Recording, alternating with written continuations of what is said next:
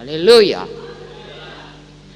Jadi di sini dikatakan yang kukendaki mengenal Dia dan kuasa kebangkitannya.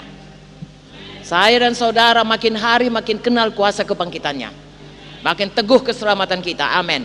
Tidak bimbang-bimbang lagi apapun kata setan, kita teguh. Tambah hari tambah teguh.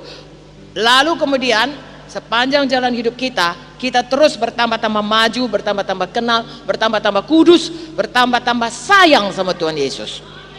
Nah, itulah mengenal Dia dan kuasa kebangkitan. Dan satu lagi, dan persekutuan dalam penderitaannya, di mana aku menjadi serupa dengan Dia dalam kematiannya.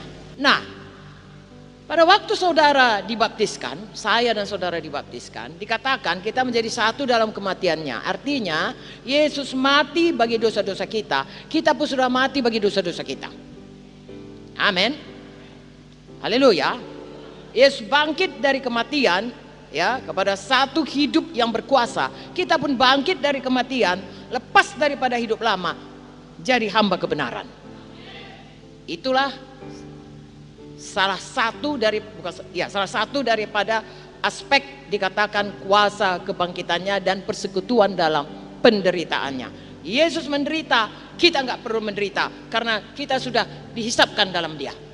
Dia ganti kita, Dia substitusi kita. Makanya kita tidak perlu menderita. Jadi satu dengan Dia dalam kematiannya. Dia yang mati, kita yang hidup. Dia yang sakit berbilur-bilur, kita yang sembuh. Haleluya. Itu jelas saudaraku, Mazmur 103, 1 Petrus 2:24. Itulah gunanya, ya, kematian Yesus dan kita menjadi satu dengan kematiannya. Tapi ada satu lagi. Satu dengan kematiannya artinya seperti Dia, saudaraku, mengalami aniaya, mengalami banyak-banyak sengsara oleh karena untuk kebenaran, kita juga begitu. Itulah arti daripada, ya, dikatakan di sini persekutuan dalam penderitaannya. Saudaraku, kalau kematiannya menebus dosa, nggak perlu lagi kita di situ. Saudara nggak perlu lagi mati untuk menebus dosa saudara. Udah siap bikin Tuhan Yesus. Haleluya. Tapi kalau menderita karena kebenaran, Tuhan bilang angkat salib. Tuhan bilang itu semua berguna supaya itu menjadi kau makin serupa, menjadi serupa, makin dibentuk dari satu kemuliaan kepada kemuliaan berikutnya. Dan Tuhan menjanjikan Roh Kudus. 1 Korintus 3, ya, 2 Korintus 3 ayat 18 berkata demikian. Ayat 17, di mana ada roh, di situ ada kebebasan. Ayat 18 berkata, dari satu kemuliaan kepada kemuliaan berikutnya. Mengapa? Karena kita makin menjadi seperti Yesus. Kenapa kita kehilangan kemuliaan? Karena berdosa. Kenapa kita bertambah kemuliaan? Karena kita bisa hidup benar oleh karena kuasa Roh Kudus. Saya dan saudara, saya sangat setuju kalau saudara semuanya gereja besar, mau ini besar, tapi tolong jangan melenceng ini ya, seperti saya katakan. Fokus terutama Yesus. Dan tahukah saudara, kalau saudara berkata fokusku supaya hidup bahagia, supaya hidup diberkati, kalau saudara kerjakan Yesus, itu adalah hasil ikutannya. Ya, hasil ikutan ditambahkan kepada kita. Ya, damai sejahtera, sukacita sorgawi, itu kerajaan sorga. Ya, kelimpahan, keberkatan, itu kerajaan sorga. Tetapi kalau kita dapatkan itu, orang dunia ini pun bisa dapat, saudaraku, yang karena Tuhan itu adil. Ya, orang rajin di dunia ini pun bisanya dia. Tapi dia tidak dapat Yesus. Oke lah, dia orang dunia. Kita ini, saudaraku, orang sorga. Jangan saudaraku hanya sekedar dapat segala kelimpahan tapi tidak dapat Yesus. Tuhan sudah sediakan. Ini dia Paulus, luruskannya jalannya, kita luruskan jalan kita. Haleluya. Jadi persekutuan dalam penderitaannya, di mana aku menjadi jadi saya dan saudara hari lepas hari, lihat kepada saya sayang, harus berjalan dengan iman.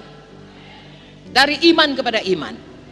Mengapa? Karena satu, iman tetap kepada keselamatan kita oleh darah Yesus, oleh korban Yesus. Amin. Tapi sesudah itu iman tetap, ya, bahwasanya sepanjang jalan kita tetap berjalan dalam terang Tuhan, dalam kemenangan, dalam pimpinan Roh Kudus, mengalahkan daging, mengalahkan dunia, mengalahkan setan, mengalahkan semua dosa dengan iman.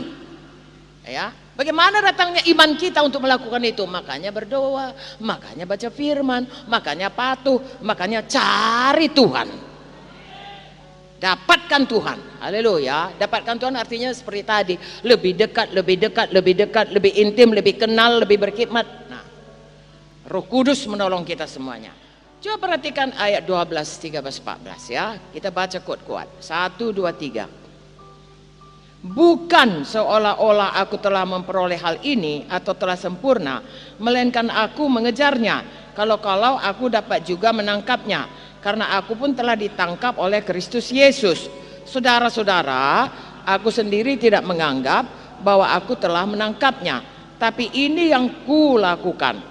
Aku melupakan apa yang telah di belakangku dan mengarahkan diri kepada apa yang di hadapanku dan berlari-lari kepada tujuan untuk memperoleh hadiah, yaitu panggilan sorgawi dari Allah dalam Kristus Yesus. Sampai di situ dulu.